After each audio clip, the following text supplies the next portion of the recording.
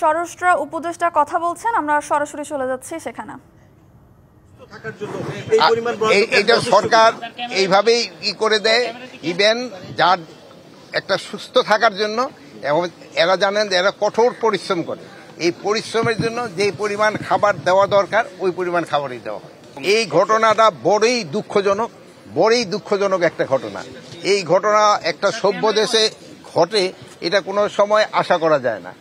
তো এটার জন্য যারা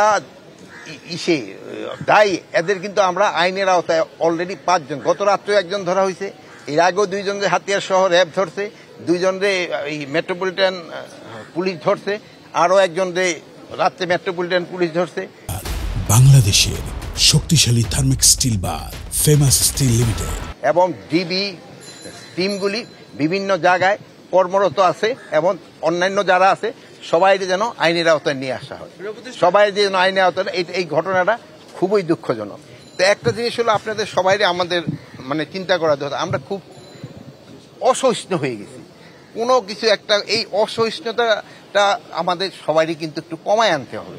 এটা কিন্তু এই নীতি নির্ধারক আমাদের সবারই দায়ী রয়ে গেছে। আমরা আমাদের ছেলে মেয়েদের, আপনারা আপনাদের ছেলে মেয়েদের, ক্লাসের কলেজের